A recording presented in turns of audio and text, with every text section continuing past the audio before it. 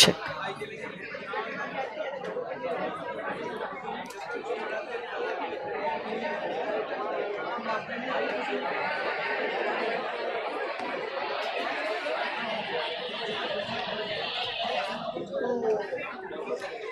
So very good evening to all of you all. So let's continue with the topic that we had left unfinished yesterday.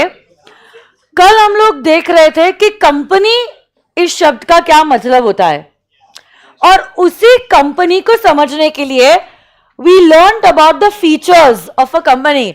But अभी तक हमारे features complete नहीं हुए हैं. सो अभी तक हमारा डिस्कशन जारी है कि कंपनी शब्द का क्या मतलब होता है. बट उसके पहले जो भी कुछ हमने कल किया था उसे एक बार रिवाइज करते हैं and then we will continue with the topic.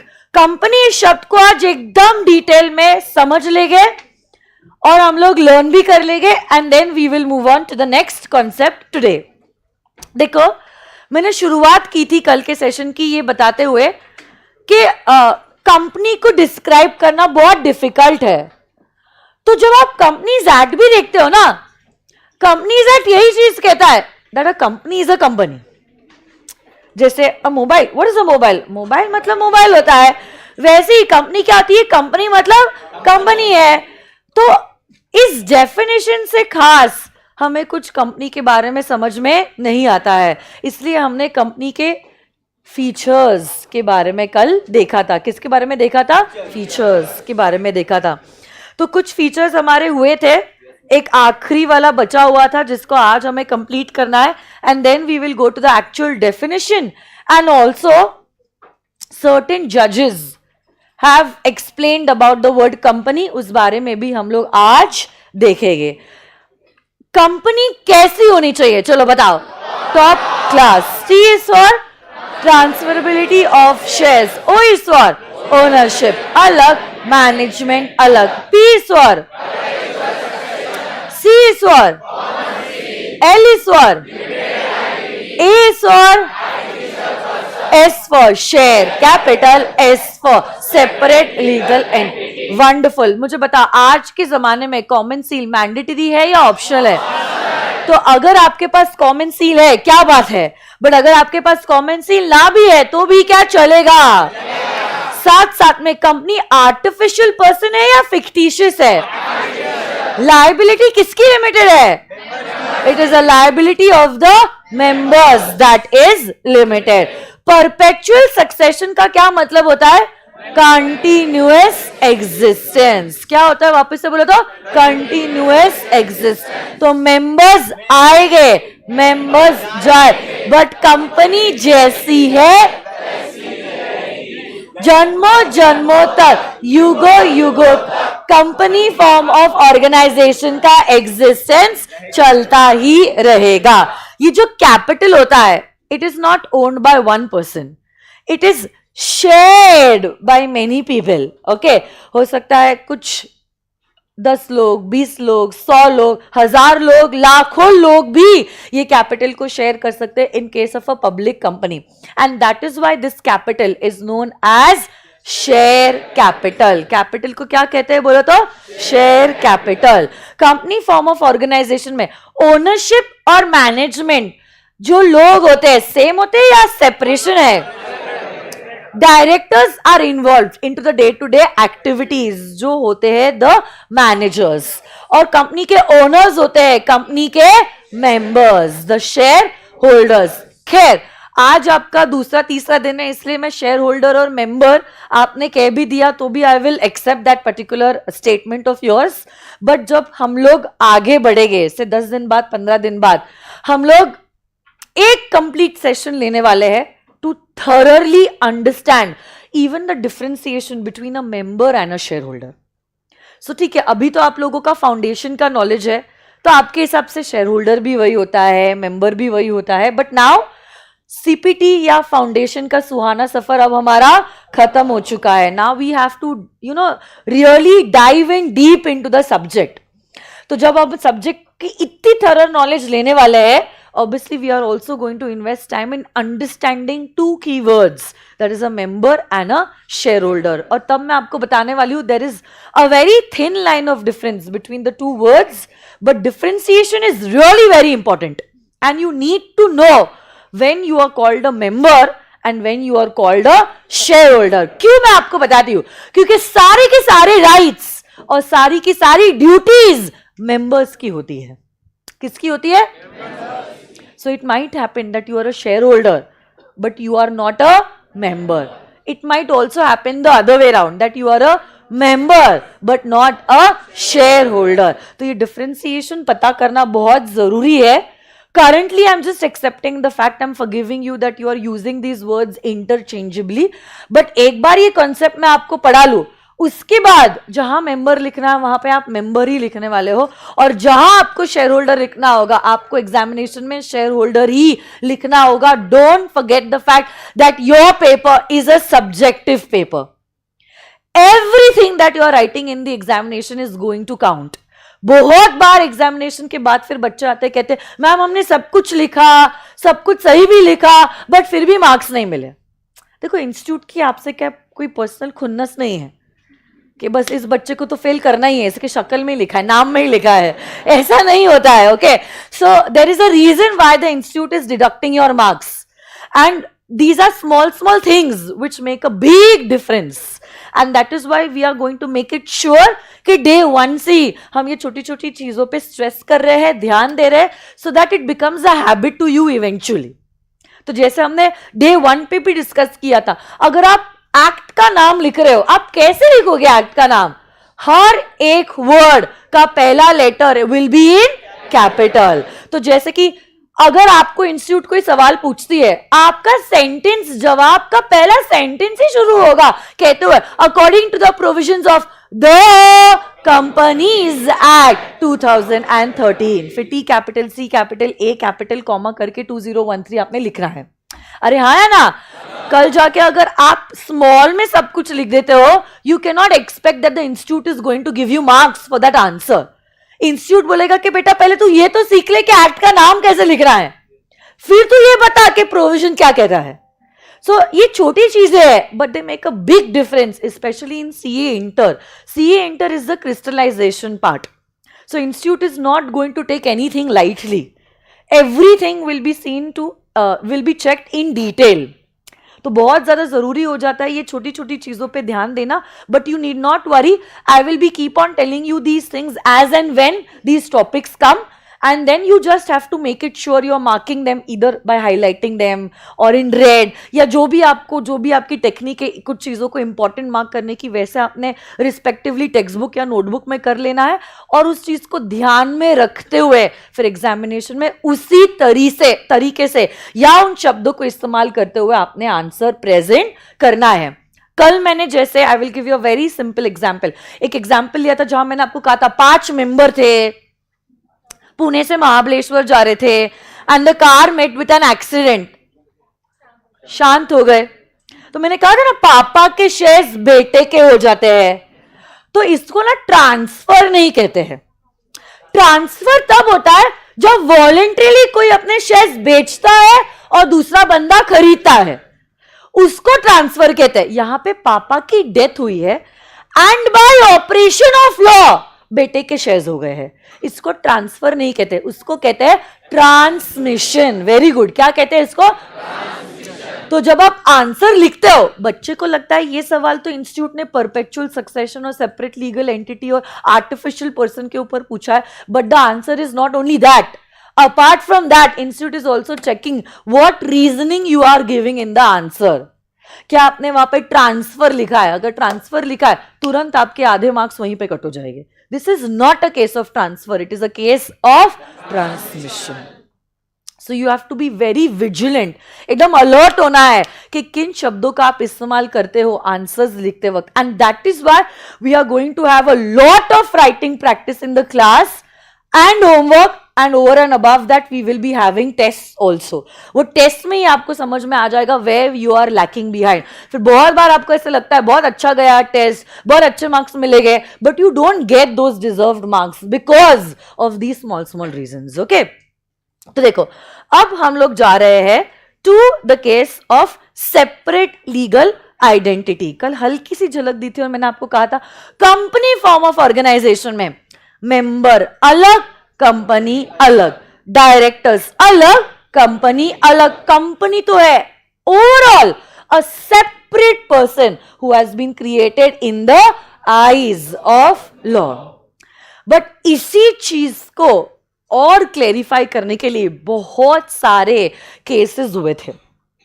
तो हमारे जुडिशियल सिस्टम में हमारे जजेस ने बहुत सारी जगहों पे यही जजमेंट दिया था कि इस केस में ऐसा डिसीजन है क्योंकि कंपनी अलग, मेंबर्स अलग, या क्योंकि कंपनी अलग, डायरेक्टर्स अलग, या क्योंकि कंपनी अलग होती है और एम्प्लॉइज अलग होते हैं. Yes or no, guys? So basically the case laws that we will be discussing now, ये ऐसे केस लॉज है जिनमें डिसीजन मतलब कंक्लूजन ये था that a company is separate from its members and directors.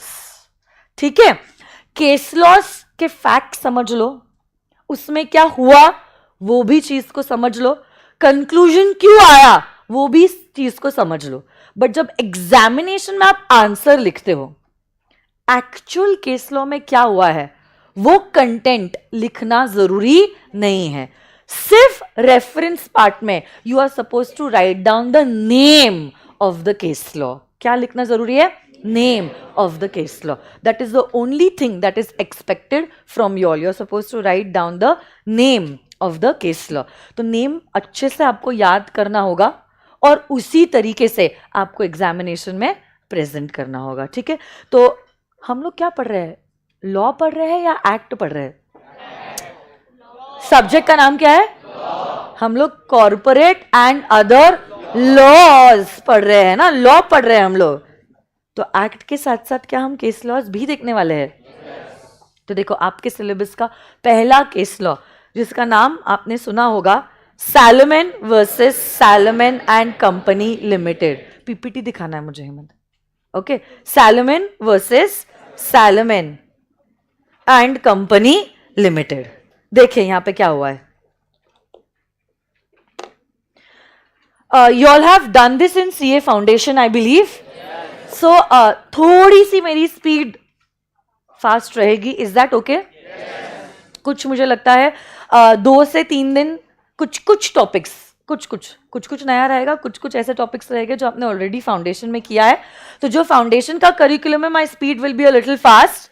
और जो नया टॉपिक है इंटर में जो मैं आपको पढ़ाने वाली हूँ for the first time, automatically I will reduce my speed. But फिर भी अगर आपको लगता है कि फाउंडेशन का टॉपिक अभी भी आपका क्लियर नहीं है, आप पास हो गए, ठीक है, you can stop me there and there itself and tell me कि मैम थोड़ा सा स्लो हो जाओ, या तो फिर जो भी आपका डाउट है उसमें आप फर्दर क्लैरिटी चाहते हो तो जिम्मेदारी आपकी होगी. Because you all have cleared your foundation. I am assuming you know all this. I hope my assumption is correct. Okay, बाद में मुझे ऐसा नहीं पता होना चाहिए, अब चलना चाहिए कि मैम कंपनीज एक्ट तो ऑप्शन में छोड़े थे हमने जो भी है. ठीक है, चलो एसी बंद कर दो ना अमर, ये वाला एसी बंद कर दो ना, या तो टेम्परेचर बढ़ा लो, इनको ठंडी लग रही है. हाँ, यहाँ का. और किसी को कुछ? वहां पे भी उस साइड पे चले जाइए. ये सारी चीजें ना कल से प्लीज मेरे आने के पहले कर लेना. कौन बोला था? अच्छा, आपने बोला था क्या? ठीक है, सॉरी, मिस्टेक. चलो ओके, यहां पे क्या हुआ था देखो, सवाल मैं आप लोगों को पूछने वाली हूं because I am presuming you know the answers. So there was a person in the name of mister Salomon. He was into the manufacturing of boots, okay, as a sole proprietor. तो आप लोग जानते हो sole proprietor में एक ही बंदा होता है, वन मैन शो. ओनर भी वो है, मैनेजर भी वो है, पैसा भी उसका है, साल भर वही बिजनेस करता है. साल भर बिजनेस करने के बाद जो भी प्रॉफिट आता है वो क्या उसी का हो जाता है. Yes, so he was a sole proprietor who was into the manufacturing of boots. कुछ समय बाद he incorporated a company with his family, a public limited company. क्या आप लोग मुझे बता सकते हो पब्लिक लिमिटेड कंपनी में कम से कम कितने लोगों का होना जरूरी है? वेरी गुड, 7, मतलब 7 लोगों का होना जरूरी है. So now what he did is he incorporated the company with one his wife. तो एक तो वो और उनकी बाई को, मतलब बीवी उनकी, ठीक है. So Mr. and Mrs. Salomon, they had a daughter, one daughter, and they had 4 sons. तो ऐसे करके कितने लोग हो गए? तो अपने परिवार का पूरा सदुपयोग करते हुए उन्होंने क्या किया? एक पब्लिक लिमिटेड कंपनी इनकॉर्पोरेट कर ली in the name of Salomon and Company Limited, and he sold his sole proprietorship business to this company. Obviously you require 3 directors in the company, so he along with his 2 sons also became the directors of the company. तो 3 directors, 7 members, ऐसे करके ये public limited company जो है वो incorporate हो गई. उसके बाद देखो क्या हुआ. The company was in requirement of certain funds. Company को कुछ पैसों की जरूरत थी. So the company issued secured debentures. Company ने क्या इशू किया? Secured debentures. So all these secured debentures were also subscribed by Mr. Salomon himself. तो अब देखो, एक, Mr. Salomon is the owner of the company. 2, he is also the manager of the company. And now, after subscribing the debentures, he has also become the debenture holder, मतलब creditor. Creditor समझता है? Creditor of this company. And the debentures were worth 10,000 pounds. This is a British case law, and that is why the figures are in pounds. But that does not really matter. What is important is what happened in this case. It's a judgmental case law, and that is why even the institute has introduced this case law in our curriculum. Okay, though it is a British case law, it's still a part of our curriculum. So he also subscribed for the debentures of the company. अब वो manager भी है, वो owner भी है और वो creditor भी है. Creditor worth 10,000 pounds. कुछ समय के लिए बिजनेस चला, but unfortunately after few years, ये देखो mister Salomon, the company was shut down. The company was shut down. दुखी है बेचारे मिस्टर सैलोमन, रो रहे उन्होंने. देखो देखो आंसू दिखे, वापस से देखो, गौर से देखे.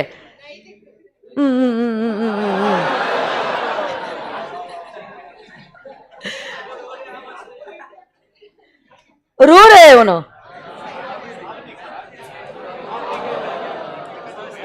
महसूस कीजिए.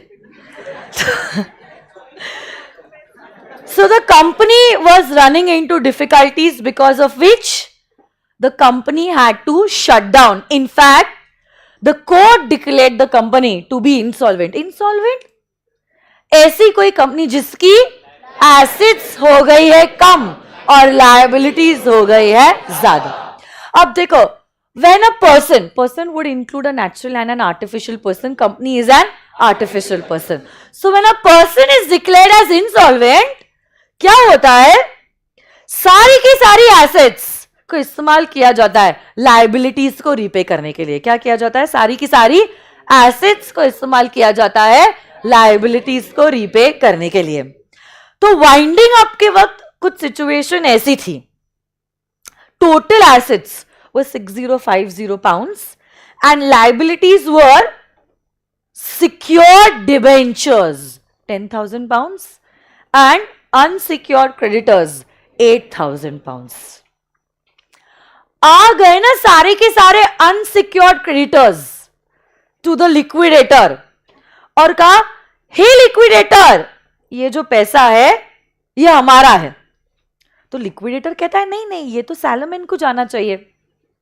तो वो अनसिक्योर्ड क्रेडिटर्स कहते हैं नहीं नहीं लिक्विडेटर, देखो ये बंदे ने बहुत चीटिंग की है हमारे साथ, खुद अपने बीवी बच्चों के साथ कंपनी इनकॉर्पोरेट कर दी, हमसे पैसा ले लिया और अब कंपनी वाइंड अप करके सारा का सारा पैसा जो है ना वो अपने पास ही घर लेके जा रहा है। क्योंकि एसेट 6050, लाइबिलिटीज 10 + 8, सो 18,000, और पूरे 6050 पाउंड्स वो गिवन टू मिस्टर सैलमन, मतलब लिक्विडेटर देने जा रहा था। ओके, बट अनसिक्योर्ड क्रेडिटर्स ने ये चीज उनको अलाउ नहीं की, कहा कि ये लिक्विडेटर, ये बंदा बहुत ही गलत कर रहा है, फैमिली के साथ कंपनी इनकॉर्पोरेट कर ली, हमसे पैसा ले लिया और अब जब कंपनी इंसॉल्वेंट डिक्लेयर हो गई, जितनी एसेट्स है सब अपने नाम पे वापस लेके जा रहा है, आप हमें ये पैसा दीजिए, आप हमें ये पैसा दीजिए। तो तब salmon filed a case against the company and said कि हे जज साहब, मेरे साथ गलत हो रहा है, ये पैसा जो है अनसिक्योर्ड क्रेडिटर्स को नहीं बल्कि मुझे मिलना चाहिए। मुझे मतलब मैं कौन हूं? Salmon, mister salmon. And this claim of the unsecured creditors is totally wrong and I should be getting this money, and that is why he filed a case stating that this money does not belong to the unsecured creditors but it belongs to me. अब imagine कीजिए आप जज साहब हो, तो आप क्या decision देते और किसके फेवर में डिसीजन देते और क्यों ये डिसीजन देते? सैलमन के या अनसिक्योर्ड क्रेडिटर्स के? सैलमन के। क्यों? अच्छा, how many of you all are in favour of Salomon? Raise your hand, full hand. Okay, almost all of you all. Who is in favour of unsecured creditors? Okay, few kids. Why unsecured creditor?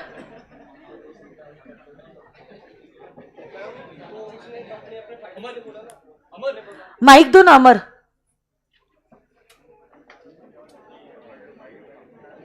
सबको सुनने दो, चाय P के आते जाओ।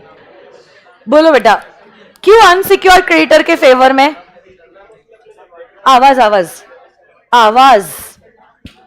हाँ बोलो। परिवार के कंपनी खोला ना, उसके परिवार के 7 मेंबर थे, वो शायद एजेंट के तौर पे कंपनी खोला, उसने खुद फ्रॉड करने के। उस दिन तो बड़ी बोल्ड आवाज थी बेटा आपकी।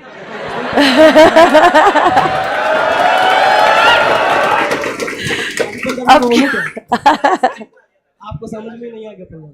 नहीं, ठीक है, बोलिए बोलिए। वो उसका इंटेंशन फ्रॉड करने का था। अच्छा, उसका इंटेंशन फ्रॉड था, इसीलिए सैलमन को नहीं देना चाहिए। किसे देना चाहिए? Unsecured creditor. ओके फाइन, ठीक है। कौन है जो कह रहा है सैलमन को पैसा मिलना चाहिए?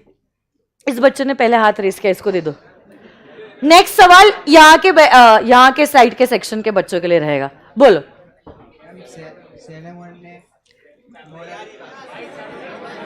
आ रही आवाज, बोलो। क्या हुआ?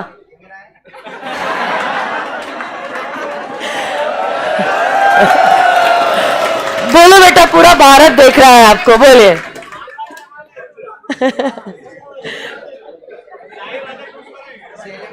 बेटा आज वर्चुअल स्टूडेंट्स को भी मैं मौका देने वाली हूँ।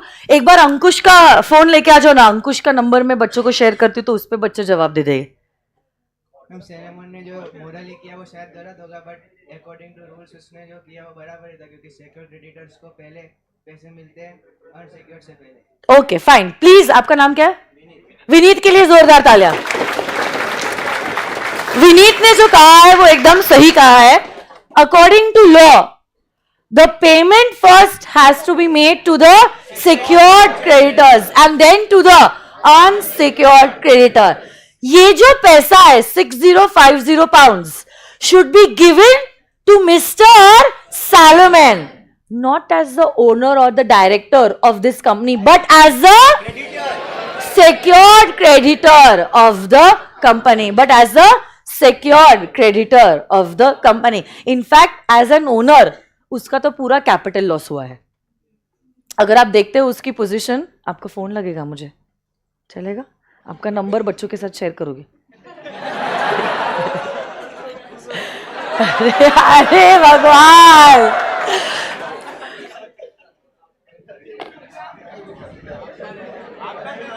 कौन सा नंबर है? यही है ना आपका नंबर? हाँ ठीक है, आपका नंबर शेयर करना है क्या? और कुछ बेटा? हाँ, ऑफिस वाला नंबर ही दो, ये वाला है ना? मुझे बता दो आपका नंबर, यहाँ पे डायल कर दो। तो सुनो मेरी बात, क्या हुआ? कहाँ पे? यहाँ पे क्या गलत क्या हुआ है? यहाँ पे कॉर्पोरेट व्हील लिफ्ट करने के लिए वापिस से सुनो मेरी बात। Everyone please listen, stop talking. यहां पे कुछ ऐसा हुआ है कि जो पैसा सैलोमन डिमांड कर रहा है, वो डिमांड कर रहा है as a secured creditor. In fact उसने तो जो पैसा दिया है 10,000 पाउंड उसने दिया है। कितना दिया है? 10,000 पाउंड। बट इन रिटर्न उसको तो 10,000 के बदले में सिर्फ और सिर्फ 6050 पाउंड मिले हैं। तो एज अ डिबेंचर होल्डर भी उसका लॉस हुआ है। एंड प्लस मेंबर बनने के लिए उसने कुछ कैपिटल इंट्रोड्यूस किया था, वो कैपिटल तो उसको मिला ही नहीं है। वो तो छोड़ दो, दूर दूर तक नहीं मिलने वाला है, क्योंकि यहां पे तो हमारे क्रेडिटर्स का ही रिपेमेंट नहीं हो रहा है। तो वो तो कंप्लीट लॉस है of the amount that he introduced as capital. यहां पे कोई फ्रॉड नहीं हुआ है सैलोमन के साइड से, and that is why corporate wheel यहां पर लिफ्ट नहीं होगी। यहां पे he is been given the money for a creditor, for being a creditor, secured creditor, very good, of the company। क्योंकि जब कभी भी कंपनी इंसॉल्वेंट डिक्लेयर होती है, प्रायोरिटी में पहले होते हैं हमारे secured creditor, unsecured creditors, preference share holders, and lastly are the equity share holders. तो जज साहब ने भी वही डिसीजन लिया जो मेजॉरिटी क्राउड का था। बेटा आपको समझ में आई आपकी गलती? यहाँ पे भी किसी ने गलत जवाब दिया था, समझ में आ गया बेटा आपकी गलती? Okay, very good. तो मैं चाहती हूं डिसीजन ऑफ द कोर्ट सब लोग स्क्रीन पे देखकर एक साथ एक आवाज में रीड करेंगे। Come on together now, come on. Held that Salomon and Company Limited was a real company fulfilling a company is a legal person.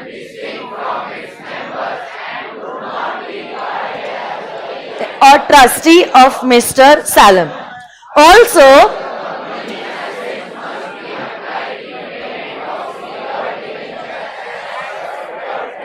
is entitled to payment out of the assets on which his debt is in priority to the unsecured creditors. तो जो पैसा उनको मिल रहा है, that is being given as a secured creditor. जो हुआ है वो एकदम सही हुआ है। एक बार आखिरी बार बता दो, what is the name of the case law? Company limited case. Very good. Second case, अभी जो सवाल पूछूंगी यहां के बच्चों को पूछने वाली हूं। ली वर्सेस ली एयर फार्मिंग। हाँ, फ्रॉड अगर होता तो कॉर्पोरेट व्हील की लिफ्टिंग का केस आता, बट यहां पे it's not a case of fraud. Okay, नहीं, देखो यहां पे क्या हुआ है। ली was a qualified pilot, okay, and he incorporated a company with his friends in the name of Lee Air Farming Limited. Lee was a qualified pilot and he incorporated a company with his friends in the name of Lee Air Farming Limited for the purpose of aerial farming. Aerial farming is a modern technique wherein, आपको वो picture नजर आ रहा है? We use small aircrafts for water sprinkling, for even sprinkling fertilizers on the crops in the farms. So it's a modern technique of farming, okay? So he incorporated a company in the name of Lee Air Farming Limited. उसका idea था, and that is why he was even the manager as well as a shareholder in the company. Can one person play multiple roles? जैसे पिछले वाले example में भी Salomon owner भी थे, director भी थे, डिबेंचर होल्डर भी थे। क्या ऐसा हो सकता है? Everyone plays multiple roles in their lives. You, me, everyone. आप भी किसी के बेटे हो, किसी के भाई हो, किसी के दोस्त हो, किसी के just friends. So you may play multiple roles in your life also. So वैसे ही यहाँ पे Lee was the director, also the shareholder, मतलब owner, and plus he was also a qualified pilot. So he was also employed as a pilot in this company. Okay. देखो, Lee, a qualified pilot, he held nearly all the shares in the company.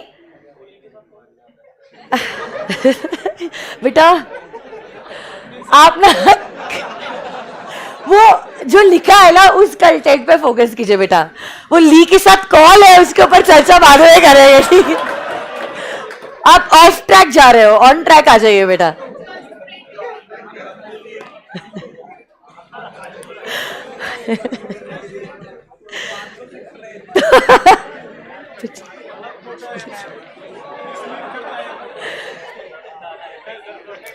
ये सारे examples आपको emotionally connect नहीं होने हैं. Law के जरिए से कनेक्ट होना है आपने. ठीक है, तो सुनो मेरी बात. यहाँ पे by the articles of the company he was also appointed as the working director and the chief pilot of this company. Okay, अब देखो क्या हुआ बेटा. क्या डिस्कस कर रहे हो आप लोग? नहीं, यहाँ पे कॉन्सेंट्रेट कीजिए. ये क्लासरूम का एक वीकनेस है, वो ये है कि ये जो बेंचेस है उसको इस तरह से रखा गया है that even what that student on the last bench is doing can be seen from this dais.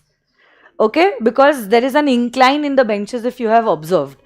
So I understand what you all are doing. वो बात अलग हो सकती है कि मैं कहती नहीं हूँ, बट एक दो दिन मैं अच्छी रहने वाली हूँ. उसके बाद if I see anyone on the mobile phone, I am going to confiscate the mobile phone. और इस बैच के लिए specially I am just not going to confiscate. मैं कॉन्फिस्केट करके आपके मोबाइल से चैटिंग भी करोगे. So now you really have to be careful. Okay, this is especially for this batch. Don't worry बेटा, घर में ही आईटी डिपार्टमेंट है, हो जाएगा वो. क्यों? फिर अभी आप क्या करो, आप आपके घर वालों को आप आपके घर वालों को बोल दो कि 6:30 तक डिस्टर्ब नहीं करना है, 6:30 तक हम बिजी है. ठीक है, उसके बाद फिर आपको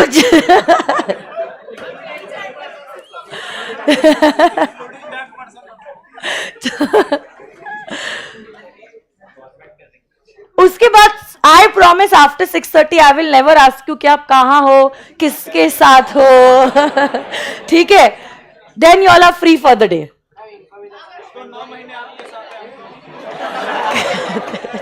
आ जाओ.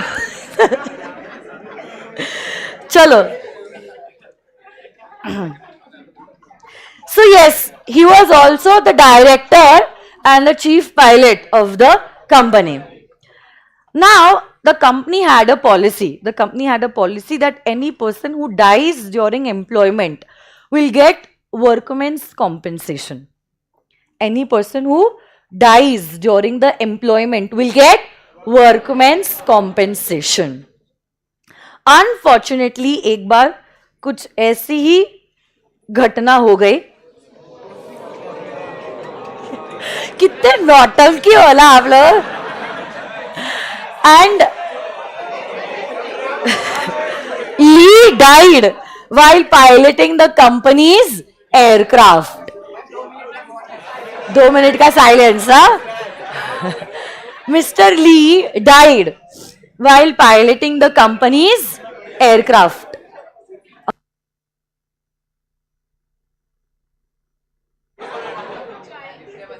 Okay. And because he died while piloting the company's aircraft, Mrs. Lee, that is his widow, claimed compensation under the Workmen's Compensation Act. So basically her claim was that my husband died while piloting the company's aircraft and that is why I am eligible to get the compensation.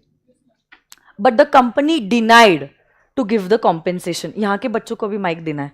Okay, the company denied to give the compensation. Why the company denied to give the compensation? The company stated that your husband was the owner of the company. He was also the owner of the company, है ना? So because he was the owner of the company, he cannot be regarded as an employee. देखो, आप एक ही कुछ हो सकते हो, या तो एम्प्लॉयर हो सकते हो या तो एम्प्लॉय हो सकते हो, आप दोनों नहीं हो सकते हो. हाँ, ऐसा हो सकता है as an employer, that is as an owner you may work in the organisation. जैसे कि I own SPC but I also work in SPC. हो सकता है आपके पापा की दुकान है, जो भी है, ज्वेलरी दुकान है, किराना की दुकान है, कुछ भी हो सकता है. तो आपकी दुकान है, मतलब पापा की दुकान है, बट फिर भी पापा दुकान पे बैठते हैं. हो सकता है ना ऐसा. सो नाउ ऐसा थोड़ी ना हो जाता है क्योंकि पापा दुकान पे बैठते हैं या कस्टमर अटेंड करते हैं या सेल करते हैं या हिसाब करते हैं तो वो एम्प्लॉय हो गए. क्या ऐसा होता है? You can also work as the owner of an organisation. तो यहाँ पे कंपनी बताती है मिसेस ली को, कंपनी बताती है मिसेस ली को that Lee was working as an owner in the company. He is the employer. He cannot be regarded as a workman. He cannot be regarded as an employee. Workman नहीं है वो. और Workman Compensation Act तभी attract होती है if you are an employee of the organization, and that is why you are not entitled to the compensation. So the company opposed the claim stating that Lee was not a worker. वो तो owner है organization के, and thus she is not eligible for the compensation. ये कह रही है compensation मुझे मिलना चाहिए, और कंपनी कह रही है आपके हस्बैंड तो ओनर है, एम्प्लॉई थोड़ी ना है, तो इसलिए उनको कॉम्पेंसेशन नहीं मिलेगा. अब यहां से कौन बताएगा कि अगर आप जज होते आप क्या डिसीजन लेते? बोलो. मिलेगा. क्यों मिलेगा? माइक दे दो ना इधर. अच्छा, आपका नाम क्या है बेटा? हाँ बोलो. उसको मिलेगा क्योंकि वो वहाँ पे वर्क भी तो कर रहा था, ओनर भी था, बट वहाँ पे चीफ पायलट भी था, इस वजह से उसको मिलेगा. सो अगर वो चीफ पायलट था, वो ही was a pilot for whom? Yes, very good. Kusum के लिए एक बार जोरदार तालियां. Please be seated. he was a workman, that is he was piloting not for the shareholders but for the company. मतलब he was an employee for the company, and as an employee of the company he was eligible to get the compensation. मैं चाहती हूँ decision सब लोग एक साथ पढ़े अभी. चलो बोलो. Separate person from the company he has.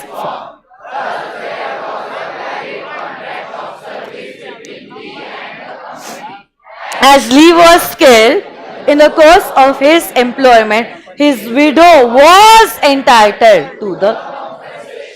So basically, Lee is an employee for the company, and thus he is entitled to the compensation.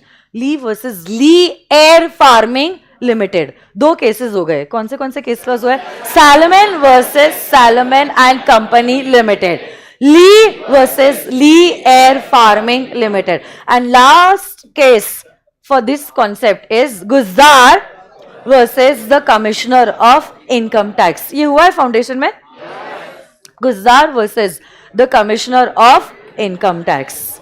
Now virtual students, it's your time to give the answers.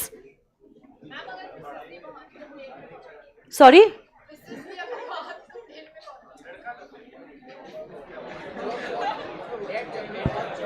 संभालो उसको, पानी पिलाओ. Okay. So there was a lady, ये मोहतरमा, उन्होंने एक T company में. Why is the talking? Don't disturb my sincere students. Okay, there was a lady, Mrs. Guzar. She had invested in the shares of a tea company, a company that was into the manufacture and sale of tea. So she was an investor in a tea company. She bought the shares of a tea company. Obvious सी बात है, साल भर company के directors ने business किया, business करने के बाद प्रॉफिट हुआ और यही प्रॉफिट उसको दिया गया in the form of dividend. तो देखो उसको क्या मिला है, डिविडेंड मिला है. अब जैसे ही उसको डिविडेंड मिला in respect of the shares that she held, what did she do is she divided her dividend income into 40-60%. जैसे अगर 100 रुपए डिविडेंड मिला है, उस 100 रुपए को उसने दो हिस्सों में डिवाइड किया, 40% एंड 60%. और सिर्फ 40% she shown as taxable under the income tax act. And बाकी 60% उसने कहा ये इनकम मेरी एग्जेम्प्ट है, ये इनकम मेरी एग्जेम्प्ट है. ऐसा उसने क्या किया, क्यों किया? कौन सी क्लास में आए हो बेटा? लॉ की क्लास के लिए? ठीक है, बैठ जाओ. 4:15 बजे चालू होती है क्लास, ठीक है? ओके, कोई बात नहीं बेटा, कल टाइम पे आ जाना. बैठ जाओ. अब बैठे हुए ना? हाँ ठीक है. पहले से ही बैठ गया था. तो सुनो, यहाँ पे जब ये केस हुआ था, this is an Indian case law, okay? ये जब केस हुआ था तब उस जमाने में कुछ ऐसी कंपनीज थी जहां पे हमने कंपनीज को डीम्ड इनकम का प्रोविजन इंट्रोड्यूस किया था under the income tax act. जैसे कि T manufacturing companies, coffee manufacturing companies, rubber manufacturing companies. क्योंकि ये कंपनीज का कभी समझ में ही नहीं आता है कितना एग्रीकल्चरल इनकम है और कितना मैन्युफैक्चरिंग इनकम है. You all know this fact that agricultural income is exempt from tax. But देखो, let me tell you, जैसे अगर आपने कभी कॉफी कैसे बनाई जाती है इसके बारे में कभी सुना है, देखा है या जो भी है, पढ़ा है. First, coffee is grown through agricultural process. It's a plant. Coffee grows through a plant and then we process it in the factories, we dry it, we process it. So basically this processing is all manufacturing activity. Growing the coffee is an agricultural activity, but processing it and then the final product which comes as coffee powder or sometimes coffee beans, इसके लिए होता है manufacturing का process. But finally तो market में एक ही चीज बेची जाती है, that is either coffee beans और कॉफी पाउडर. इसमें से कुछ चीजें जो है वो एग्रीकल्चरल इनकम है, कुछ इनकम जो है वो मैन्युफैक्चरिंग इनकम है. तो जो भी रेवेन्यू आया है, कुछ हिस्सा एग्रीकल्चरल है और कुछ हिस्सा मैन्युफैक्चरिंग है. बट वी नेवर नो कितना एग्रीकल्चरल है और कितना मैन्युफैक्चरिंग है. कंपनीज तो बड़ी चालाक है. कंपनीज तो ज़्यादा से ज़्यादा इनकम एग्रीकल्चरल बताती थी और ज़्यादा से ज़्यादा एक्सपेंसेस मैन्युफैक्चरिंग. क्यों? उतना कम टैक्सेबल इनकम और उतना कम टैक्स देना पड़ेगा, जो गलत था. So that is why we had to develop some standards throughout the country. Because जो चालाक कंपनीज थी उनके वजह से जो कुछ सिंसियर कंपनीज थी जो सच में जेन्युइनली अपने रिटर्न फाइल्स करती थी, उनके लिए डिस्करेजिंग हो गई थी ये चीज. तो इसीलिए हमने सोचा क्यों ना इनकम टैक्स एक्ट को स्टैंडर्डाइज किया जाए. ओके देखो, ये नॉर्मल फ्रूट्स जैसा या वेजिटेबल्स जैसा नहीं है कि खेत में से प्लक कर दी स्ट्रॉबेरी और मार्केट में आ गई, कुछ मैन्युफैक्चर करने की जरूरत ही नहीं है. समझ रहे हो? या चलो पालक को तोड़ दिया और गड्डी बना के बेच दिया, ऐसा नहीं था. यहाँ पे दोनों भी चीज़ें हैं, एग्रीकल्चरल भी और मैन्युफैक्चरिंग प्रोसेसेस भी. वैसे ही चाय पत्ती का भी होता है. बट कुछ लोगों की वजह से देयर वाज गंदगी मच गई थी. And that is why the lawmakers thought now we should standardise all these things. और उन्होंने इनकम टैक्स एक्ट में ही लिख दिया है. अब हमें फर्क नहीं पड़ता है आपका कितना खर्चा एग्रीकल्चर में हो रहा है, कितना खर्चा मैन्युफैक्चरिंग में हो रहा है, कितना इनकम एग्रीकल्चरल है या कितना इनकम मैन्युफैक्चरिंग से आया है. वी विल प्रिज्यूम करना मतलब अज्यूम, वी विल डीम कि 60% एग्रीकल्चरल इनकम है which is exempt from tax and 40% is manufacturing income which is liable for tax. So ये बंदी जो है, ये मोहतरमा जो है, उसने क्या किया? उसने अपने डिविडेंड इनकम को 2 हिस्सों में डिवाइड कर दिया, 60-40, और कहा 60% is agricultural exempt from tax, 40% is manufacturing liable for tax. तो मैं ये 40% डिविडेंड इनकम पे ही टैक्स दूंगी, बाकी के इनकम पे मैं इनकम टैक्स नहीं दूंगी. Did you understand what her claim is? So Mrs Gujdar contended that her dividend income should be treated as agricultural income up to 60% in the case of a tea company on the ground that dividend received by shareholder represented the income of the company and thus should be exempt from tax, and she is liable for tax only on the remaining amount. ऐसा कौन कह रहा है? अरे कौन कह रहा है ऐसे? क्योंकि डिपार्टमेंट ने तो पूरा 100% टैक्सेबल इनकम कर लिया था. तो अब सवाल ये उठता है, इज शी लायबल टू पे टैक्स? अच्छा, पहले तो यस या नो. अच्छा, कुछ बच्चे हैं जो नो भी कह रहे हैं. I will just right down the answers. एक जवाब है, से आंसर ए, नो. दूसरा जवाब है yes, and she should pay tax on only 40%. तीसरा जवाब है yes, 60%.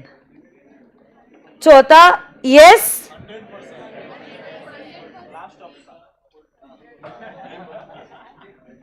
100%. किसके साथ हो आप लोग? आलिया, बिपाशा, सेलिना या Deepika?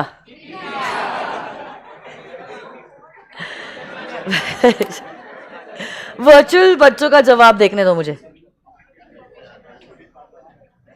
How many of you all are with Alia? Alia ए.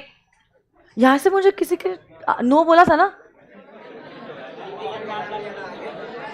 कौन था नो बोलने वाला?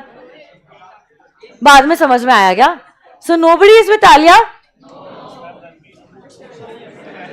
बिपाशा के साथ कौन है? बिपाशा सी.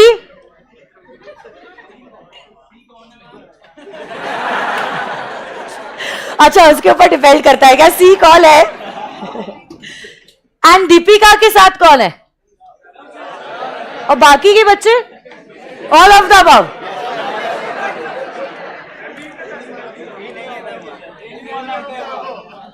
सो yes, very good. Kushal, Saloni, Meenakshi, Tania, Sumit, Utkarsh, Krishna, very good. Harsh, Himanshu, Kalpesh, Mahak, Ishu, आपका जवाब गलत है. इट्स नॉट सी. दर्शिका सी नहीं है बेटा, डी है. ठीक है, क्या हुआ? क्या हो रहा है?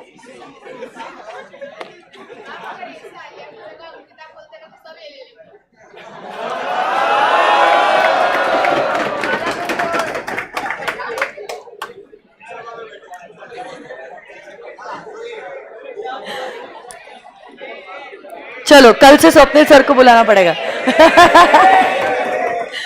चलो, सो I think 100% of face-to-face students are correct, and almost 95% of my virtual students are correct. The answer is yes, she is liable for tax on 100% income that she received. But अब उससे important ये है, why? The answer is D. Why? क्यों? Very good, clap hands for him. नाम क्या है बेटा आपका? अच्छा, कोई कह रहा है मैम मेंबर अलग, कंपनी अलग. वाह वाह बेटा, वाह. हर्ष एंड अभिनंदन, जो कॉन्सेप्ट मैम पढ़ा रही है बस वो बोल रहा. The answer is, my dear friends, that the income that Guzdar received was not agricultural or manufacturing income. The income that she received is dividend income. उसने कुछ कंपनी के शेयर्स में इन्वेस्ट किया था और इन्वेस्टमेंट्स के बदले में उनको ये डिविडेंड इनकम मिला है. गुजदार को जो पैसे मिले हैं वो किस चीज के लिए मिले हैं? क्या उसने खेती की है?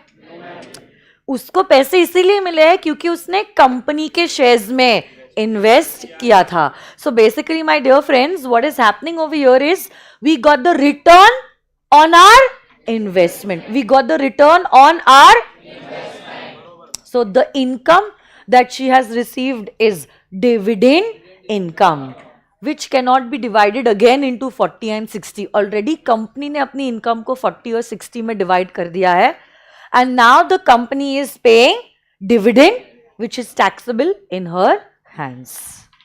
So I want every one of you all to read the answer together in one voice. Okay, now come on. The supreme court का जजमेंट है ये, so this case law automatically becomes important. Okay, बोलो क्या हुआ है?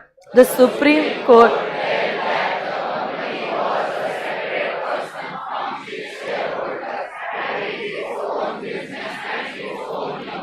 The income of the company was partially agricultural and thus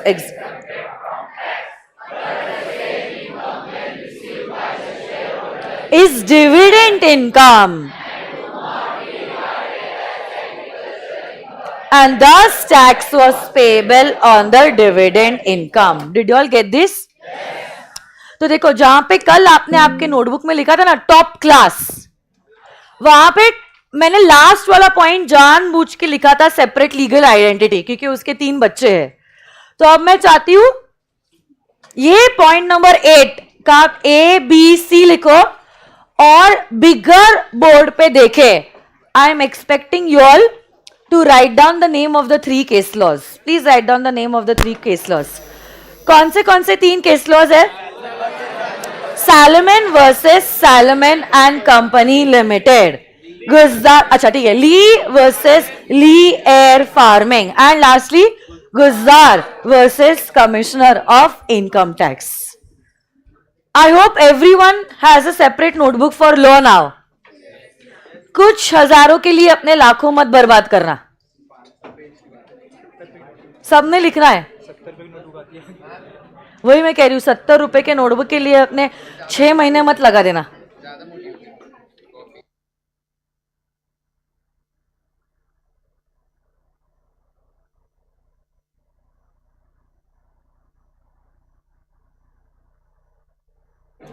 done? लिखो ना बेटा, किस चीज का इंतजार है अभी? लिखा? बताओ. फोन अंदर रखो बेटा, नीचे रखो. मैम आप हमको देखते ही नहीं.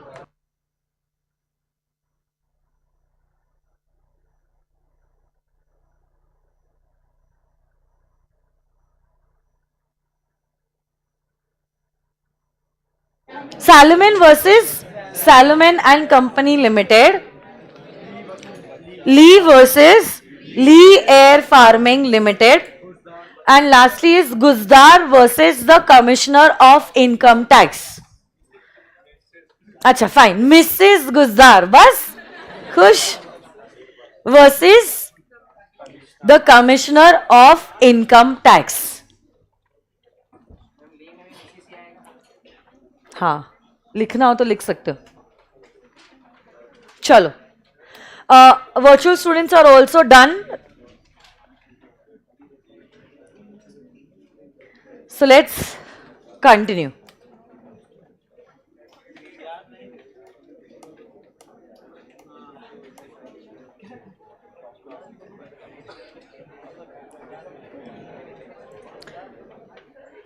So now officially let us check out the definition of the word company.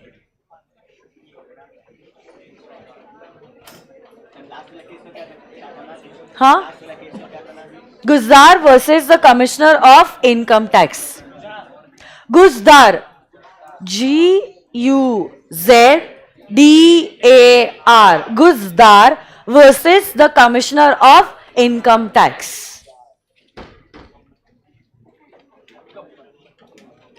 सो देखो अब सेक्शन नंबर 2 क्लॉज 20। अब आप बोलोगे मैम आपने इसको सबसेक्शन क्यों नहीं रीड किया? देखो जब कभी भी कोई सेक्शन होता है, ये प्लीज क्लेरिफाई कर दो, बहुत सारे सी फाइनल के बच्चे भी ये चीज नहीं जानते और इसमें गलती करते हैं। जब कोई सेक्शन होता है और ये सेक्शन का कंटेंट होता है, अगर कंटेंट एक दूसरे से रिलेटेड होता है, जैसे डे 1 पे ना मैंने आपको शायद सेक्शन 7 का एग्जाम्पल दिया था, ऐसा ही दिया था ना, सेक्शन 7 के कुछ पॉइंट्स मैंने पढ़ाए थे।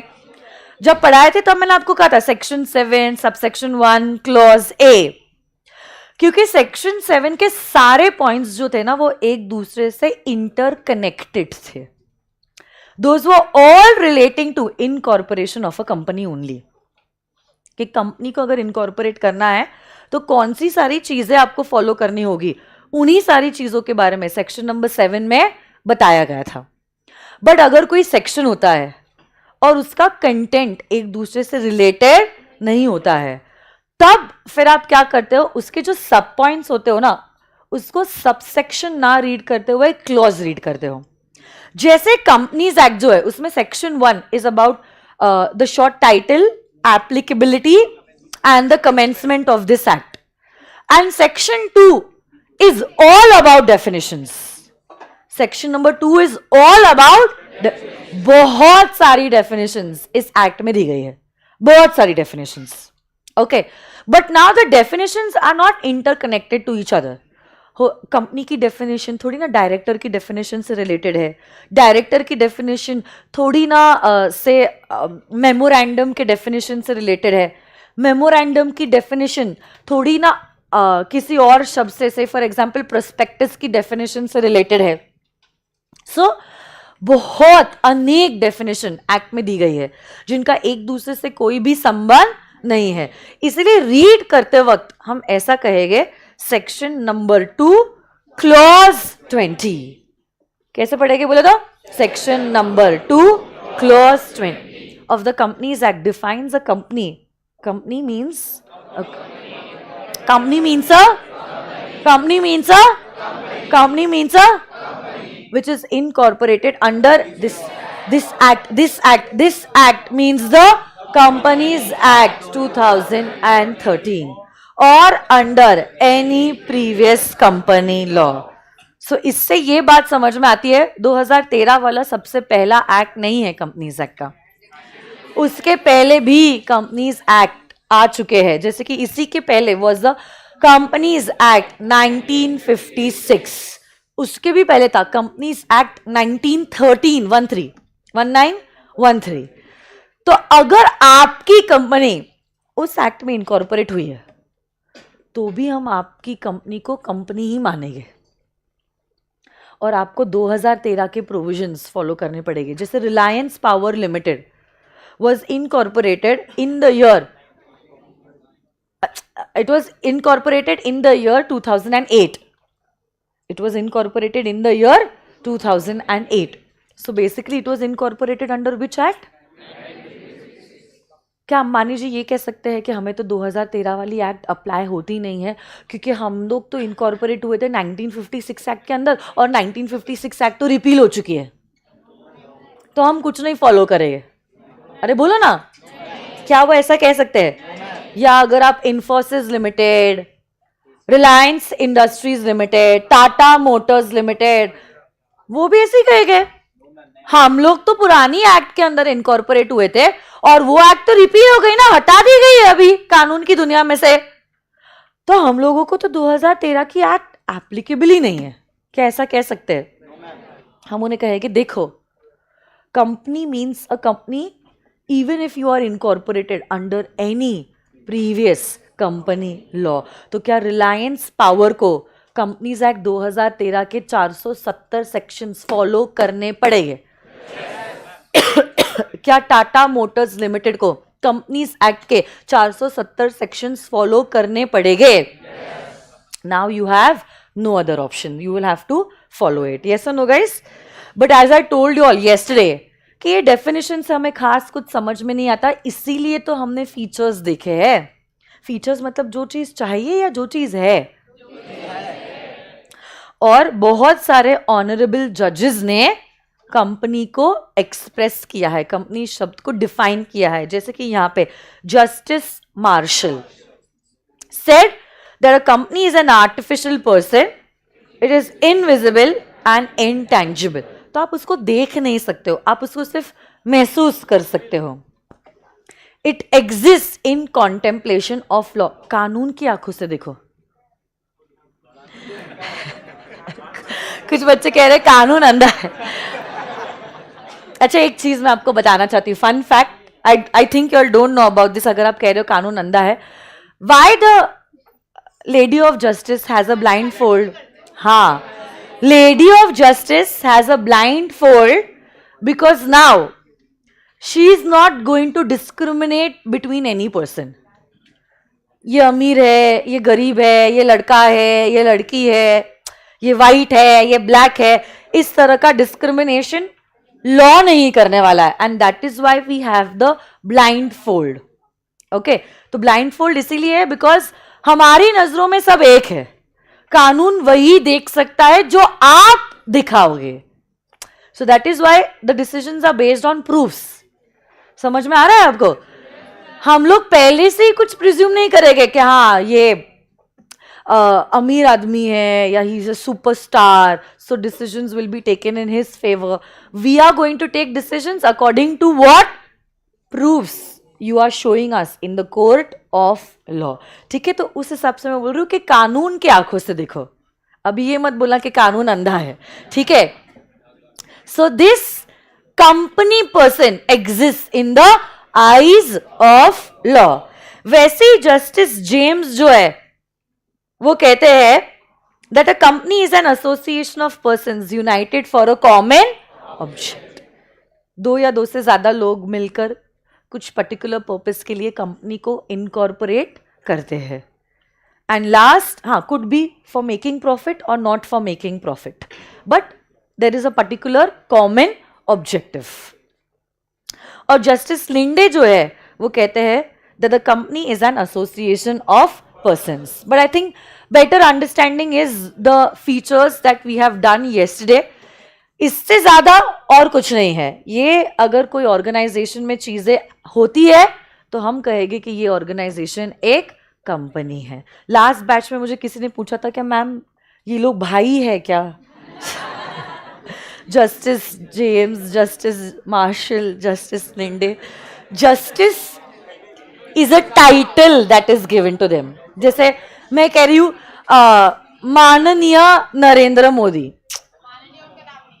So basically माननीय is a title that we have given him out of respect. Okay, तो वैसे ही ये हमारे ऑनरेबल जजेस है. उनका नाम मार्शल है, जेम्स है, मिस्टर लिंडे है. Because their position is of high respect, we are calling them as Justice Marshall, Justice James, basically during the time when the Britishers were ruling India. Okay, Justice Linde. So they are not brothers.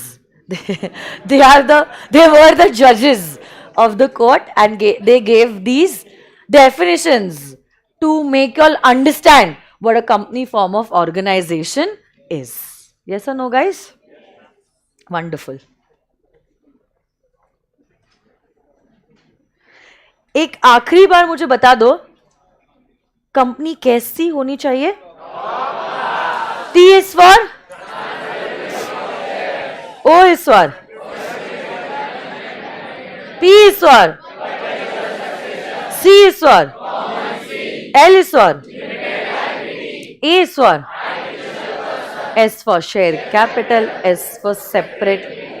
Did you all write down the memory technique? And memory technique is just for your memorizing. You do not have to write the memory techniques in the examination. मैं आपको बताती हूँ, अभी अब Telegram group या WhatsApp group बना नहीं है. I will share with you. जो टेस्ट हुआ था उसमें बच्चा मेमोरी टेक्निक लिख के आया था, अभी रिसेंट 10 दिन पहले की बात है. And that is why again I am repeating this. Memory techniques is just for your memorising. It's not for presenting in the examination. अब कंपनी कैसी होनी चाहिए, टॉप क्लास लेके आओ. बैंड बज जाएगी बेटा, आपकी बैंड बज जाएगी. ऐसी कुछ हरकतें करो मत. आपको क्या लगता है? बेटा कल से चाय लेके आओ आप, ठीक है? या नींबू शरबत पिलाओ उसके। ओके,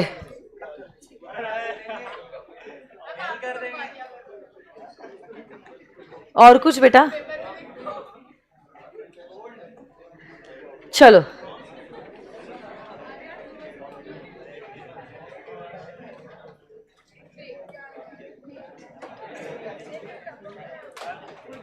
यहां पे हाँ, सॉरी, पब्लिक कंपनी होगा तो नहीं, उसके लिए भी सेक्शन 2 क्लॉज जो भी है 68, सेक्शन 2 क्लॉज 71, सबके लिए आप ऐसे ही बोलने वाले हो। डिफाइन किया है, रिलेटेड कैसे है, क्या फॉलो कर रहे हो उसमें आप? चलो आगे, हम लोग आ रहे हैं to the first section of the act which is relating to short title, extent, commencement and application. Page number 1.1.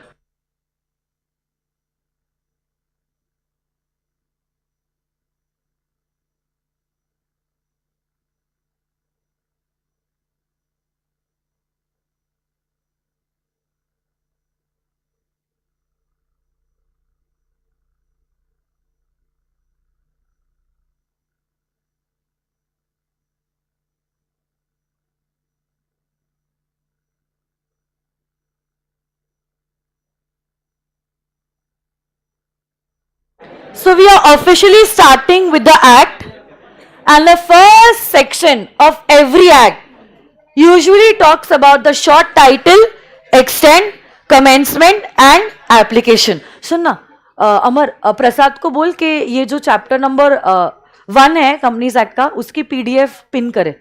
Just 1 second, virtual students, I'll pin this particular notes.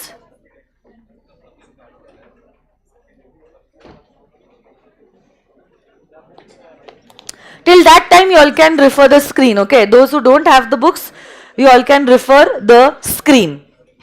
So section number 1 talks about short title, extent, commencement and application. Short title, a title तो क्या आप लोग जानते ही हो? बताओ मुझे, day 1 से हम लोग देख रहे हैं. What is the title of the act? The Companies Act 2013. Extent. Now you know, yes, every act, okay, every act is now, if it's a central act, obviously, is applicable to whole of India. So every central act is applicable to whole of India. Now, Jammu and Kashmir is no more given a special status. In fact, ये चीज़ अब पुरानी हो गई है. Okay, so because it's not given a special status, it's treated as any other state in the country. तो अगर आपकी central act है, automatically your central act is going to be applicable to whole of India. अब वो concept गया, including Jammu and Kashmir, excluding Jammu and Kashmir and वगैरह वगैरह. It applies to whole of India. So basically अगर आपको कोई geographical applicability पूछता है कंपनीज एक्ट की, तो geographical applicability is the whole of India. But अब सवाल ये उठता है कि इंडिया में किन किन लोगों को ये एक्ट अप्लाई करता है. ये तो हमने पता कर लिया कि it extends to whole of India. But अब इंडिया में, ईशा एंड फ्रेंड्स, इंडिया में अब ये जो एक्ट है ये किन किन लोगों को एप्लीकेबल होने वाला है. तो अब इसके लिए हम लोग देखेंगे आगे. कमेंसमेंट, मुझे एक बात बताने दो, companies act 2013 did not get commence on a single day. It got commence in a phased wise manner. Okay, तो सबसे पहले 2013 में सिर्फ सेक्शन नंबर 1 कमेंस हुआ था 30 अगस्त 2013. फिर उसके बाद 98 सेक्शंस आए थे और ऐसे करके धीरे धीरे कुछ कुछ सेक्शंस को नोटिफाई करता गया हमारा एमसीए, और फिर वो ऑपरेशन में आना शुरू हो गए. सो अगर आपको कोई पूछता ना, जैसे फाउंडेशन में पूछते थे इंडियन कॉन्ट्रैक्ट एक्ट कब कमेंस हुआ, 1 सितंबर 1872. ऐसा हम कंपनीज एक्ट के लिए नहीं कह सकते, because the act became applicable in phased wise manner. So basically commencement तो देखने की जरूरत ही नहीं है. एक बार बोलो शॉर्ट टाइटल क्या है एक्ट का? The Companies Act 2013. What is the geographical extent? Whole of India. Commencement did not happen on a single day. Phased wise manner में commencement हुआ. But अब सवाल ये उठता है सबसे इंपॉर्टेंट. Geographically तो पता चल गया that this act is applicable to whole of India. But India में ये act किन किन लोगों को applicable है? तो जैसे कि से फॉर एग्जाम्पल अगर मेरी ज्वेलरी दुकान है and I am working as an HUF, क्या मुझे कंपनीज एक्ट एप्लीकेबल होगा? या से फॉर एग्जाम्पल आपकी पापा की किराना की दुकान है, ही is the owner manager everything, मतलब सोल प्रोप्राइटरशिप, क्या उन्हें कंपनीज एक्ट एप्लीकेबल होगा? बट वो भी तो इंडिया में ही है ना, मैं भी तो बिजनेस इंडिया में ही कर रही हूं. बट इंडिया में आपको ये एक्ट तभी एप्लीकेबल होगी जब आपकी होगी एक, हाँ. बट अब मैं आपको एक मिसकंसेप्शन और एक दूर करना चाहती हूं. बच्चों को लगता है सिर्फ कंपनीज को ही कंपनीज एक्ट एप्लीकेबल होती है. नहीं, आज आप लोग समझोगे दैट इवन बॉडी कॉर्पोरेट्स, कुछ बॉडी कॉर्पोरेट्स जो नोटिफाई किए गए, उनको भी कंपनीज एक्ट एप्लीकेबल है. हाँ देखो बताती हूं मैं आपको एप्लीकेबिलिटी, आ जाओ. सो नाउ हम लोग ये देख रहे हैं इंडिया में किन किन लोगों को ये कंपनीज एक्ट अप्लाई होता है, एप्लीकेबल है. सबसे पहले तो इट इज वेरी सिंपल. जो हमने कंपनी की डेफिनेशन देखी है उसी को हम यहां पे डालेंगे और कहेंगे कि कंपनीज एक्ट कंपनीज को एप्लीकेबल है. So companies are companies which are incorporated under this act or under any previous company law. So company means a company which is incorporated under this act or under any previous company law. So virtual students, the notes have been pinned. You all can download the notes, और अगर आप comfortable हो with the physical notes, you can just take the printout of unit number 1. Simultaneously books are being dispatched. Almost 750 books have been dispatched. Actually, we had ordered only 1000 books, so the books are falling short. We only have few books remaining. By Monday, more 1000 copies will come. Till that time, you all can refer the PDF that is being given to you, okay? तो सुनो मेरी बात. Companies Act will be applicable to companies which are incorporated under this act. इस act के अंदर जो भी companies है, और आपने कंपनी की अभी डेफिनेशन देखी, उन कंपनीज को भी कंपनी माना जाएगा जो इनकॉर्पोरेट हुई है under any other previous company law. तो ए पॉइंट एकदम सही कहता है कि कंपनीज एक्ट एप्लीकेबल है to companies incorporated under this act और under any previous company law. But along with that, the Companies Act is also going to be applicable to insurance companies incorporated under the Insurance Act 1938 or the Insurance Regulatory and Development Authority Act 1999. अच्छा, but suppose ऐसा है, insurance companies like Max Life Insurance Corporation Limited, LIC, but LIC basically is also incorporated under a special statute, तो उसके provisions कुछ अलग है, बाद में आऊंगी मैं उस पर. बट मैक्स लाइफ इंश्योरेंस के बारे में कभी आपने सुना है?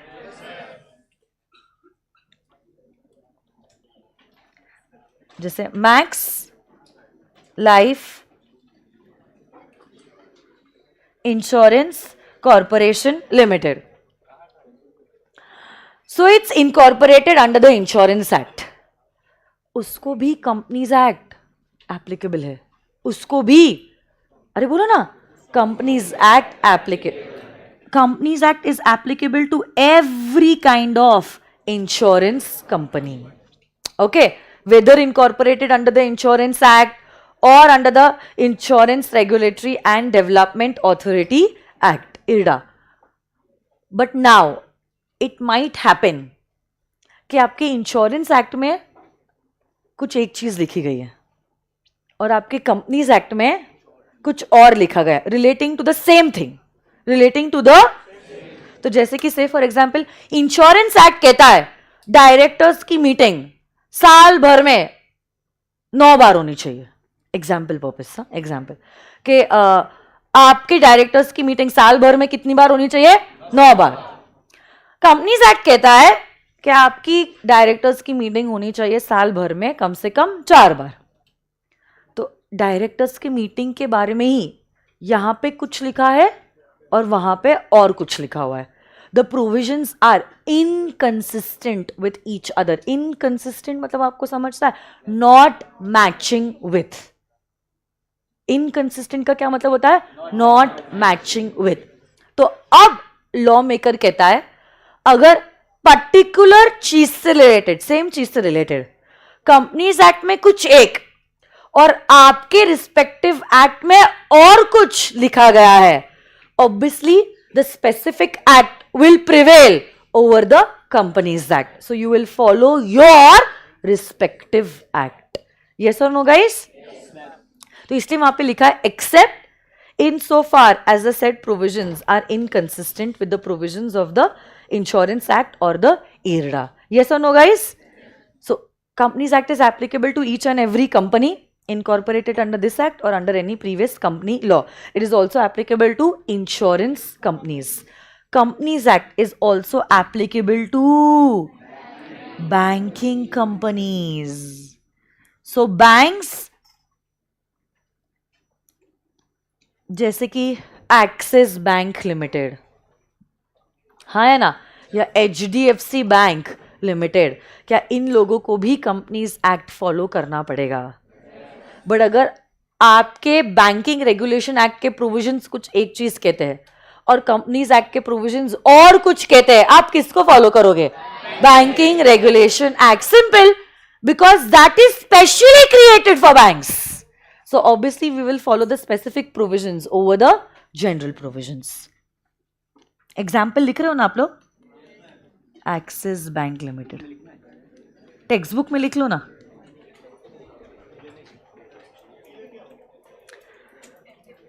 Also, Companies Act is applicable to those companies which are engaged in the generation or the supply of electricity.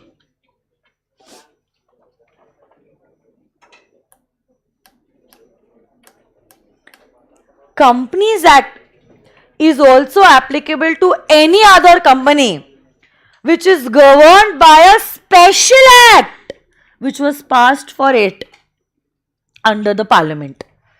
तो अब इसके लिए मैं कह सकती हूं जैसे कि LIC और SBI. LIC is not incorporated under the Insurance Act also. LIC को incorporate करने के लिए हमने पहले LIC Act 1955 पार्लियामेंट में पास कराया और उसके under we incorporated the life insurance corporation. Similarly बहुत सारी बैंक्स हैं जो बैंकिंग रेगुलेशन एक्ट के अंदर रजिस्टर्ड है, बट एक बैंक है SBI, state bank of India. State bank को इनकॉर्पोरेट करने के लिए पहले हमने SBI एक्ट बनाया और फिर ये SBI एक्ट जो है उसके अंदर हमने SBI को इनकॉर्पोरेट किया। तो इन लोगों को भी कंपनीज एक्ट, अरे बोलो ना, एप्लीकेबल है। And I told you companies को तो कंपनीज एक्ट एप्लीकेबल है, साथ साथ में companies act is also applicable to body corporates. Obviously such body corporates as may be notified by the central government, और सेंट्रल गवर्नमेंट ने अपने इस पावर का इस्तेमाल किया है और कुछ बॉडी कॉर्पोरेट्स को नोटिफाई भी किया है। कुछ बॉडी कॉर्पोरेट्स को, ये कंपनी है क्या? They are body corporates. The body corporates that are notified is FCI, Food Corporation of India, and the NHAI, National Highway Authority of India. So basically the FCI is not even a company, it's a body corporate. But still, my dear friends, FCI को FCI, Food Corporation of India. I'll just go to Food Corporation of India Wikipedia. Okay, information is reliable. ये देखिए, आपको दिख रहा है type statutory body. यहां पे company लिखा है क्या? क्या लिखा है? सो आप देखोगे भी तो कौन बात कर रहा है यहां पे? बेटा क्या हुआ है आपको? कुछ डाउट है? डाउट है तो मुझसे पूछो ना. आपको कुछ डाउट है बेटा?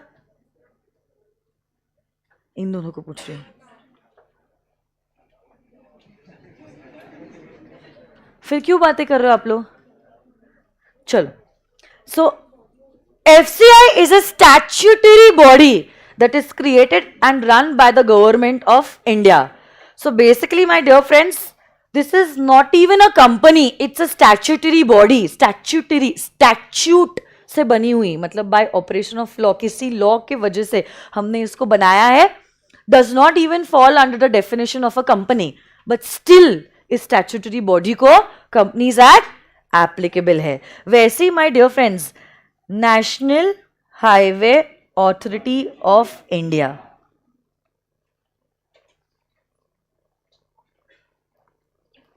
अगर आप national Highway Authority of India के बारे में भी देखते हो, इट्स एन ऑटोनॉमस मतलब independent agency of the government of India, which is set up and responsible for the management of the network of over 50,000 kilometers of national highways. So basically, it's an independent body which is responsible for the management of the network of 50,000 kilometers of national highways in India. It is not even a company, but still National Highway Authority of India has to follow the companies act 2013. तो ये misconception आज के दिन ही आपके mind से हटा दो कि कंपनीज एक्ट सिर्फ कंपनीज को एप्लीकेबल है. वो फाउंडेशन में सीखा हुआ ठीक था, companies act is applicable to companies, but that was just the a part of the actual section 1 of the original act. आपने देखा ए के अलावा कितने सारे पॉइंट्स है. Companies act is applicable to companies incorporated under this act और under any previous company law. Along with that, it is also applicable to insurance companies, banking companies, companies engaged in the generation or the supply of electricity. Also applicable to companies which are incorporated under special acts. And last, but of course not the least, is also applicable to body corporates which are notified by the सारे body corporates को applicable है क्या? Only those body corporates which are notified by the central government. क्या central government ने अपने इस power का इस्तेमाल किया है? हाँ. और इसी पावर का इस्तेमाल करते हुए उन्होंने food Corporation of India, national Highway Authority of India को इंक्लूड किया है under the purview of the companies act 2013. तो एफसीआई को क्या कंपनीज एक्ट के 470 सेक्शंस फॉलो करने पड़ेंगे? तो यहां पे प्लीज लिख दीजिए example FCI and NHAI. Yes और नो गाइस? ये देखो, ये पूरे सेक्शन नंबर 1 की समरी है. Title companies act 2013. Geographical extent is whole of India. Commencement किसी एक दिन से नहीं हुआ है. सेक्शन 1 30 अगस्त 2013 को कमेंस हुआ और remaining provisions phase wise manner में एप्लीकेबल करते गए. This act is applicable to a company as defined under section 2 clause 20. Also applicable to insurance companies, banking companies, companies which are producing or supplying electricity, companies regulated by special acts. Also body corporates as notified by the central government like the FCI and the National Highway Authority of India. Yes or no guys? So कल के मतलब आज के बाद, in fact कल भी क्यों, आज के बाद अगर कोई भी आपको सेक्शन नंबर 1 के बारे में बताता है या पूछता है, आपको कंप्लीट इंफॉर्मेशन देनी होगी। 4 चीजें हैं जो सेक्शन 1 में बताई गई है: short title, extend, commencement and application. और एप्लीकेशन में भी आपको A to F पॉइंट्स देने हैं, सिर्फ A पॉइंट बोल के नहीं आना है that it is applicable to companies. वो हाँ, शॉर्ट टाइटल मतलब एक्ट को क्या बोला जाता है, उसका नाम क्या है। So it's the companies act 2013. So the name that you are giving this particular piece of legislature, the title of the act basically. Okay. जैसे मैंने आपको आज बताया, section 2 is all about definitions. So बहुत सारी definitions अगर आप देखोगे यहां पे, in fact definitions start from page number 1.3 and they go up to page number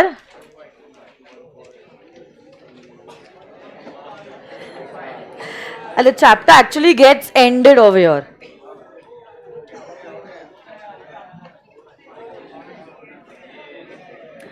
On page number 1.25.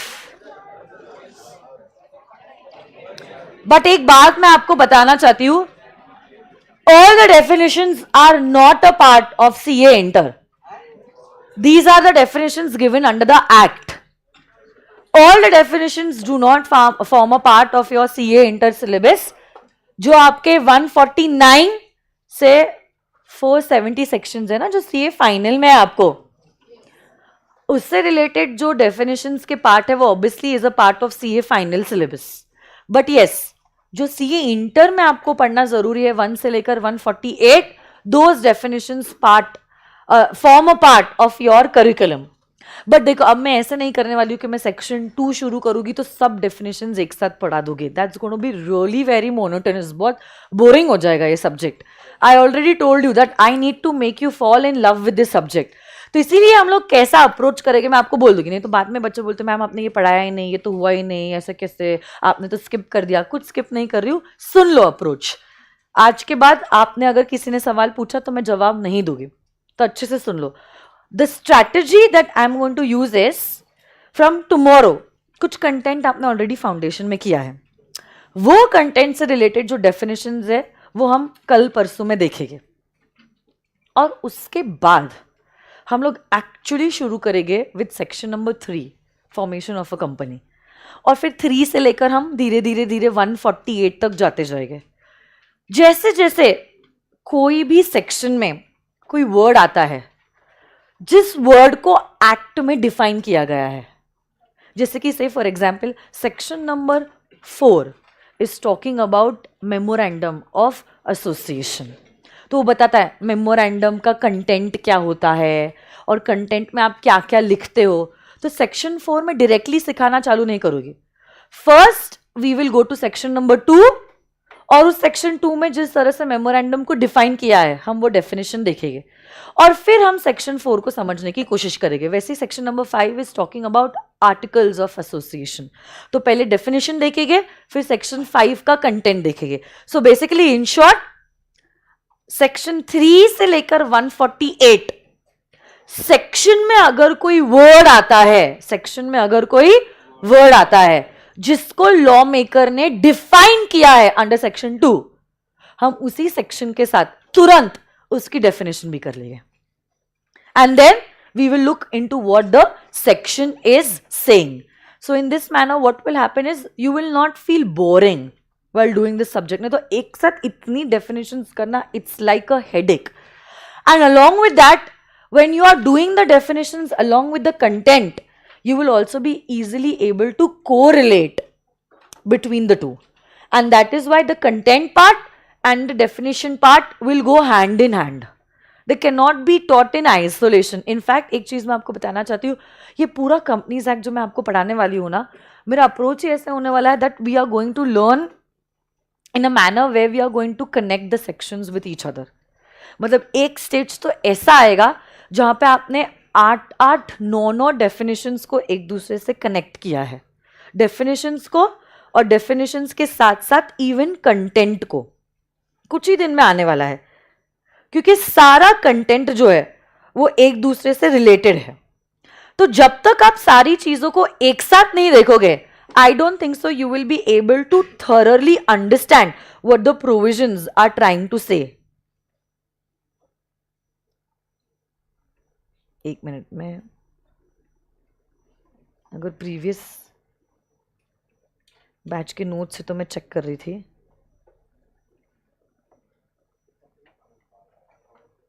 नहीं दिख रहा है शायद से। ये डायरेक्टली चैप्टर 4 चालू हो गया, 3।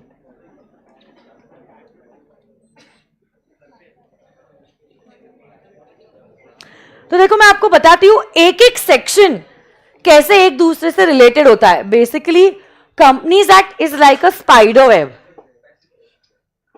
Every layer is connected to the other. एक भी अगर छूट जाएगा ना, the act will become hollow. तो इसलिए पढ़ते वक्त भी जब मैं आपको बताऊंगी, जैसे कि हम लोग अगर पढ़ रहे हैं से alteration of the memorandum of association example purpose, तो हम मेमोरेंडम की डेफिनेशन लिखेंगे। मेमोरेंडम के बारे में सेक्शन 4 में बताया गया है। मेमोरेंडम के अल्ट्रेशन के बारे में सेक्शन 13 में बताया गया है। अल्ट्रेशन के बाद सेक्शन 15 जो है वो बताता है कहाँ का अपडेट करना चाहिए। तो सब चीज़ें एक साथ कनेक्टेड है। वैसे ही जब आप कैपिटल क्लॉज को अल्टर करते हो, capital clause is in the MOA, तो पहले तो सेक्शन 2 डेफिनेशन आएगी, फिर section number 4 content of MOA. ये जो कैपिटल क्लॉज है कब कब अल्टर होता है वो सेक्शन नंबर 61 में बताया गया है। 61 में इस कैपिटल क्लॉज को अल्टर कैसे करते हैं वो बताया गया है सेक्शन नंबर 13 में। और फिर एमओए अल्टर होने के बाद क्या करना है वो बताया गया है सेक्शन नंबर 15 में। सो बेसिकली 5 सेक्शंस हमने एक साथ कनेक्ट किए हैं और ऐसे ही मैं पढ़ाने वाली हूँ आपको। एक जगह पे एमओए की डेफिनेशन पढ़ा ली, फिर छूट गया तो छूट ही गया। एक जगह पे कंटेंट पढ़ा लिया, फिर वो खत्म हो गया, कंटेंट तो खत्म हो गया। ऐसा नहीं रहने वाला है अप्रोच। क्योंकि देखो, even I will feel satisfied as a teacher when you are able to practically apply the knowledge that you have got. अभी आपका वो स्टेज आ चुका है क्योंकि इंटर के बाद आपकी आर्टिकलशिप शुरू होगी। तो आप ऐसे तो नहीं बोल सकते हो मैम ने सेक्शन 2 पढ़ा दिया था, फिर 4 दिन बाद मैम ने सेक्शन 5 पढ़ाया, फिर 10 दिन बाद हमारा सेक्शन नंबर 15 हुआ। ऐसा तो नहीं हो सकता है। तो practically as a chartered accountant आप कैसे सेक्शंस को अप्लाई करते हो, उसी तरह से मैंने मेरी टीचिंग मेथोडोलॉजी भी बनाई है for CA inter. Foundation level पे वो एक्सपेक्टेड नहीं था, but I told you inter में we are taking a big jump. It's not even step 2 from step 1, we are taking a big jump from foundation to inter. So you really have to be with me. अगर आपका हाथ छूट गया तो आप गिर जाओगे।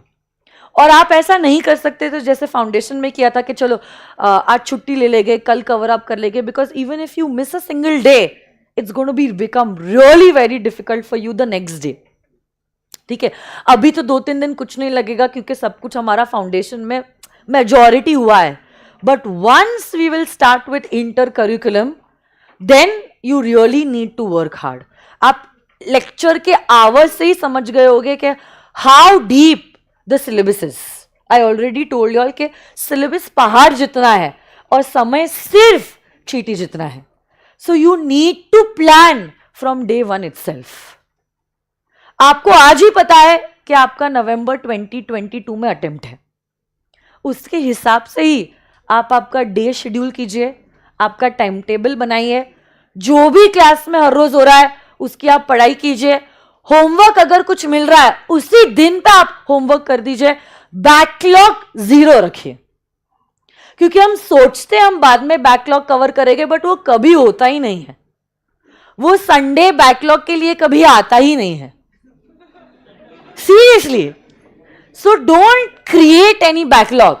देखो, it's very difficult to accept failure. आप खुद देख रहे हो, आपके कुछ दोस्त हैं जो फाउंडेशन क्लियर नहीं कर पाए। It's difficult to accept failure. आप लोग क्लियर हो गए, गुड, आपकी मेहनत थी कंबाइंड विथ योर लक, जो भी है।